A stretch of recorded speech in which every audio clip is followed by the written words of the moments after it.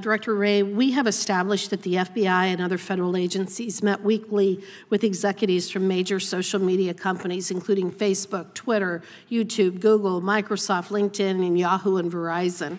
Were you involved in any of those meetings, yes or no?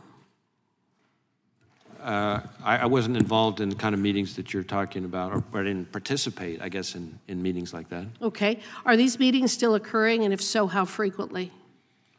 Well, right now, as you may know, there is a preliminary injunction that's been entered. Prior to the preliminary injunction, were these weekly meetings taking place? I don't know if weekly meetings occurred, again, before the injunction, but certainly we've been very open about this, engaged with social media companies. Does the FBI intend to continue to have such meetings leading up to the 2024 election to police election-related speech?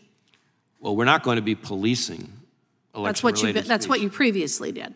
I do not agree with that description. Okay, well, here's what I would say. This committee has learned that the FBI acted to, quote, discredit leaked information about Hunter Biden before and after it was published, that, quote, Twitter's contact with the FBI was constant and pervasive, and as if it were a subsidiary, and that, quote, a surprisingly high number are requests by the FBI for Twitter to take action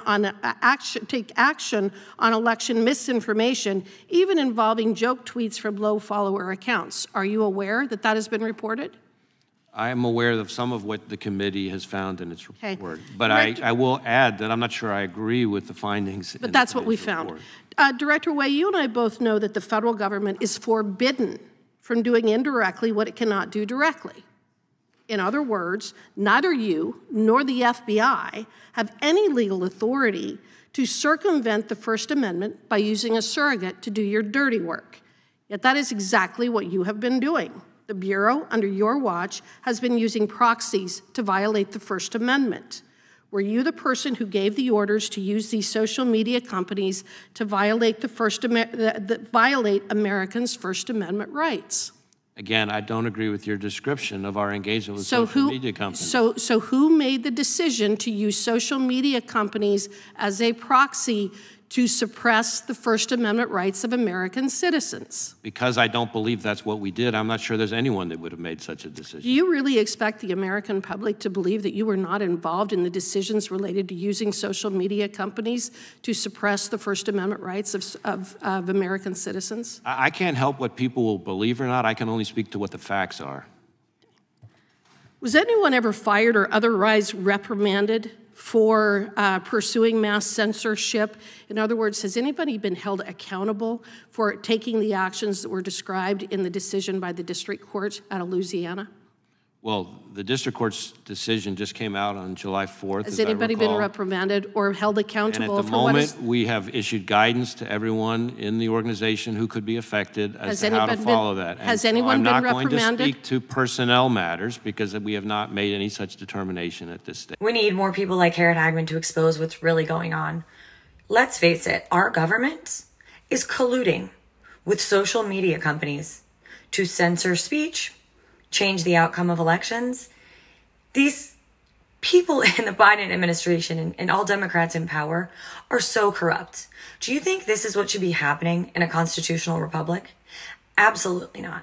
And if it weren't for Elon Musk buying Twitter, now X, the American people would have no hope to get their message across on social media. It's absolutely sickening. We saw this with Hunter Biden's laptop. And so many Americans said it would have changed their vote. But our federal government, our three-letter agencies, went to Facebook/Meta/Instagram and said, hey, this is Russian disinformation. By the way, they knew it wasn't Russian disinformation, but they don't care. This happened with COVID. We saw it time and time again. They were suppressing the truth and they would call it misinformation. No. They didn't want the truth to get out. And thank God we had some really bright and really bold journalists who got their message across on Substack and other platforms. And we need independent journalists because we know the mainstream media is compromised, print media is compromised, social media is largely compromised. So we need this. And it's sick that we have to live through this. You know, we also hear a lot about TikTok and liberals are saying, oh, we don't want TikTok to be banned. I think it was Ted Cruz. Actually, it was Chris Christie, whom I don't love, on the debate stage in Miami, and he said, Facebook, Twitter, Instagram, the Chinese Communist Party don't allow those apps in China. Why are we allowing their apps in our country? Good point.